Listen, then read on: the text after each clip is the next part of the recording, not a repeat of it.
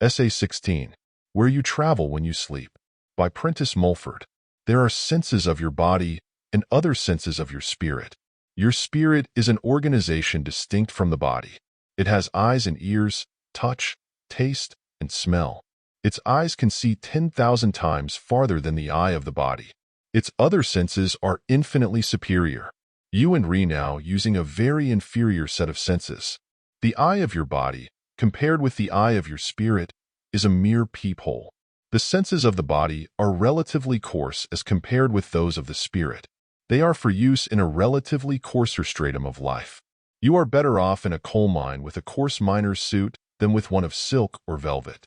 Your body, with its coarser sense, is for use in this, the coarser, level of life. Yet it may be for you a possibility to slip off this suit, the body, and go with your spirit, leaving for a time the coarse suit behind, to a higher and finer order of life. You have now a clairvoyant eye and a clairaudient ear. But these are not opened. The clairvoyant eye is closed, like those of some animals, in very early infancy. In a few persons, it is opened prematurely and in advance of the other spiritual senses. This is a premature ripening. The clairvoyant eye is the spiritual eye. It is an eye put out at the end of a thought. Send your thought to London and, if clairvoyant, you send that eye with it. A clairaudient ear is an ear sent with a thought. Clairvoyance and clairaudience are not special gifts for particular people. They belong to all, and are in the germ in all. Your spiritual senses have been so crippled from birth, through lack of exercise, that they are not in working condition. When you leave your body at night, you are as a person in a dazed or bewildered state. You see without seeing. You hear without hearing. You are as one stunned by a sudden shock or blow. True, the spiritual eye may see, but it leaves no distinct memory of what it sees. You may in such state have a remembrance of a crowd of faces about you, but that is all. In a condition somewhat resembling this does your spirit roam about on slipping away from its body. You are as an infant just let out of doors. You go where a vague whim or fancy carries you. You have left the physical senses of sight, hearing, and touch in the body. You have now only a set of totally uneducated senses to guide you. You have been taught all your life to deny the very existence of these senses. To teach a child unbelief, say, in its hearing or eyesight, from its earliest consciousness, will result in injury to its sight. The child educates itself gradually to use the senses of its body correctly. An infant has no idea of distance. It reaches out for things far from it, imagining that they are near enough to be touched. It will walk over a precipice, if left to itself. It learns by painful experience not to touch hot coals or hot iron. It requires years to educate it to a proper use of the physical senses. Your spirit has its own senses, which are not even recognized. They are left year after year without any exercise or training. You do not see in what you call dreams with the physical eye at all, or hear with the physical ear. You see with the spiritual eye. You hear with the spiritual ear. You are literally lost on going to sleep when you go into your spirit life. You then grope about like an infant with its untrained physical senses. What idea of the senses you do have, you estimate entirely by those of your body which you have left behind. You then carry your real self about under the impression that you are still living in the mask which you wear in the daytime, your body, estimating and judging all you see or sense by a set of inferior senses, the physical, which you are not using at all. You are nightly, on passing out of the body, really in a spirit life. Yet you are dead to this fact, because you are using the spiritual senses as you use the physical in the daytime. You are as one using a crutch, when you have two sound legs which need only practice to make you a good walker. Many people who are completely severed from their bodies are in precisely the same condition. You may go mostly when away from the body among these people. You may be attracted to them, because your spirit has, in its uneducated state, been so long in the habit of blindly groping among them. Your spirit has fallen into this habit just as it, when using the body, falls into ruts of habit which are often extremely difficult to break off. You see men daily drifting about without aim or purpose, waiting, hoping for something to turn up to amuse them. A man without aim or purpose in life soon becomes inferior in intellect. Your spiritual self is in the same condition, from a similar cause. It is often surrounded by others out of the body without aim or purpose, who know not what to do with themselves. Fiction has never devised the picture literally realized every night among you. These thousands on thousands of blind beings freed temporarily from their bodies are straying, wandering, groping everywhere.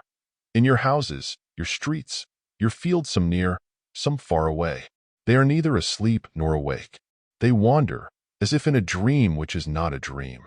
Sometimes the spiritual eye opens, and they see acquaintance or stranger, scenes familiar or unfamiliar. But the recognition is not always a satisfactory one.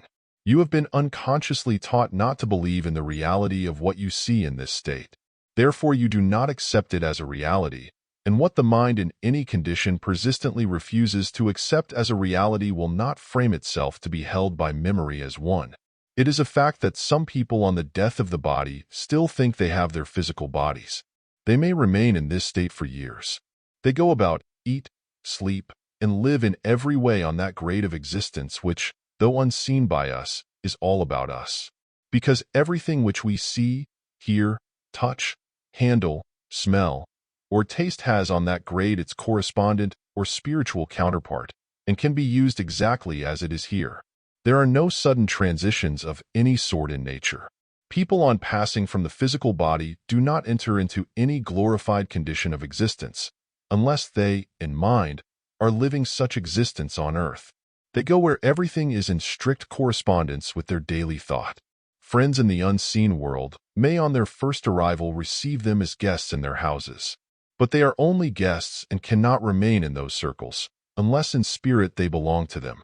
If their thought be lower, they must, after a time, return to the order or stratum of thought in which they lived on passing out of the body. They cannot commence building upward on that. You must build your mansion in the skies yourself. You can commence consciously building it here in the body to greater advantage than if you commence after you lose your body. That you must build it yourself is the law of nature. It is not because any individuality, however wise and powerful in any of the advanced stages of existence, says that you must. All of these, up to orders of mind beyond our power to comprehend, have been and are now the builders of their temples. Themselves, what most they want of us is to build in like manner our own, and with the same blissful results, because such building is simply the building of our own individual happiness into grander, broader, and ever-broadening proportions. Your first error, on passing from the body in the state known as sleep, lies in thinking that you are moving about your physical body. You must educate yourself out of that mistake. You must fix it in your mind before going to sleep that if you wake up in what you call a dream, you are not then using your physical body. You must fix in your mind before going to sleep, so far as you can, your conception of yourself as a spirit, or rather, as the unseen organization which during the day uses your body. The last thought before going to sleep is the one most likely to remain with you on leaving the body. If persisted in, you will find it mingling itself with what you call your dreams. That is, it will be the first clue towards the recognition of your real self when you are away from your body. Keep this fact then, this recognition of yourself as a spirit, in your mind, and it will be a great help to your unseen friends in the other life to get near you and waken you to the knowledge of your real self.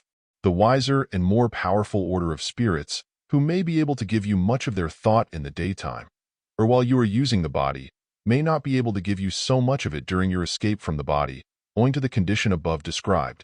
Instead, therefore, of going into a higher region of thought at night, you descend, through blindness and mere force of habit, into a lower one. You may, while using the body, be educated up to and enter into their higher realm of thought by day. Yet at night, being bio-educated in part in the school of physical sense, you cannot carry that education with you. You walk with the spiritual eye and ear, thinking these the physical eye and ear. All this results in a confusion which no language can fully express, because no similar condition in this life can be clearly realized or illustrated. You want to give your powerful unseen friends a clue by which, on passing from the body, they can come nearer to you and help you to wake up, find your real self, and go where you belong. The thought of yourself as a spirit, as a being distinct and apart from your body, will serve as this clue. A thought is as real a thing as a telegraph wire. It will be the telegraph wire between you and them, because they will not stay permanently with you in your groupings on the cruder stratum of life. They could if they wished, but they want to draw you up to their abodes, their country, their realm, where all is more beautiful and fairy-like than ever pen or picture realized here, where, in part, at least, you may now belong. To bring back the remembrance of this to the daytime while your spirit uses the body would be to bring the celestial life to earth. It would be as a temptation in the right direction to leave off the coarser pleasures for the sake of realizing and living in the higher, because all self-denial has really but this one purpose, that of cutting loose from fleeting pleasure that leaves a lasting pain, to obtain a far greater pleasure that leaves no pain at all. When you fix this idea in your mind persistently on going to sleep, that you are no longer using the body's senses, you will after a time, in what you have termed the dream, find yourself recalling this fact. You will find yourself saying, "This is as real as my body or day life. I am only in a different state of existence." Your present life of the spirit, away from the body at night, is very often one that exhausts more than it refreshes. Unconsciously, you may drift toward persons and scenes repulsive to you. You are carried to them by lower currents of thought. You drift into these tides as an ignorant child wades into the stream and is carried beyond its depths and off its foothold by an outer and stronger current, knowing nothing of the fact that thought does move in currents, and that the lower one of inferior or evil thought is most powerful near the earth, and nothing of your powers and senses as a spirit. You are as helpless as a babe nightly on passing from your body. Could you get a start in the right direction toward the upper and superior regions of thought? Could you ascend through the current of dark and crude thought, which everywhere surrounds you? You would find yourself in a land of beauty, sunshine, and flowers, of grand scenery and fairy landscape. You would associate there with the people whom you most wish to see, and to whom you in spirit belong. You would repose in a luxurious languor, yet still be able to note scenes of indescribable charm to the eye. You would be conscious of life and still be at rest. You would drink in life with every breath. You would return with this life to your body in the morning. Your night of bliss would be both as a rest in thought and a healthy stimulation to your life in the body. Your spiritual senses would open in this elevated thought atmosphere. You would be freed from what is now a nightly slavery. Your connection with the higher regions of thought would become permanent, and you could attain the power of returning to them at any time to refresh yourself when overcome by the cruder thought which now surrounds you. Every low place of resort, every saloon filled with hangers on more or less under the influence of stimulant, every and any place, no matter what its conventional character, if it be a place of deceit, of trickery and trade, is an actual spring of low thought. This thought flows from it as real, though unseen, as water from a spring. In any great city, all these are as so many thousands of springs of filthy thought element, near together. It is not a live, rapid current. It is more like a slowly moving bed of filthy ooze, in which you are mired and slowly borne along. Every tattling, gossiping, scandal-mongering group of people is an additional spring of such thought. So is every family where disorder, sour looks, cross words, and peevishness or petulance reign. Good society, as well as that called inferior in the social scale, can contribute to this inferior thought current. The purest spirit cannot live in this thought current without being unfavorably affected by it. It requires continual outlay of force to resist it. You become mixed and entangled in it, blinded by its obscurity, weighed down by the burden which it brings. You may have noticed how much of inordinate desire you are freed from on getting in the open country, far beyond the city limits. Mountains are more free from this thought. It is an element which conforms to the law of gravitation. Low thought runs to the lowest places, as does anything heavy, crude, and coarse. Trade, commerce, and manufacture unfortunately demand cities to be built on low levels, either at seaside or riverbank. In the coming higher civilizations, the making of the most perfect men and women, and the discovery and making of real and permanent pleasures will be the chief pursuit. Cities will then be built on hills or mountains, so that all the cruder emanations, seen and unseen, shall readily drain away. With so much of this injurious unseen element about you, you may see an additional necessity for forming groups of people who are naturally aspiring and more pure, who shall frequently come together and by conversation and silent communion generate a current of purer thought. The more of this they make through but cooperation, the more power is given each individual of the group to keep himself, whether in the body by day or out of it at night, from being unfavorably affected and perhaps overwhelmed by these prevailing destructive tides. You are then forming a chain of connection with the higher, purer, and more powerful 7-foot Aegean of thought. The more you earnestly seek to form such connection, the stronger will be the chain. You do not realize the strength of these powers of darkness all about you, or the odds against you in trying to stem this dark tide alone. The thought brought to and made by a very few persons who so meet in concert and are so alive to its benefits as to love to meet is of a value you cannot overestimate. It is the more powerful thought.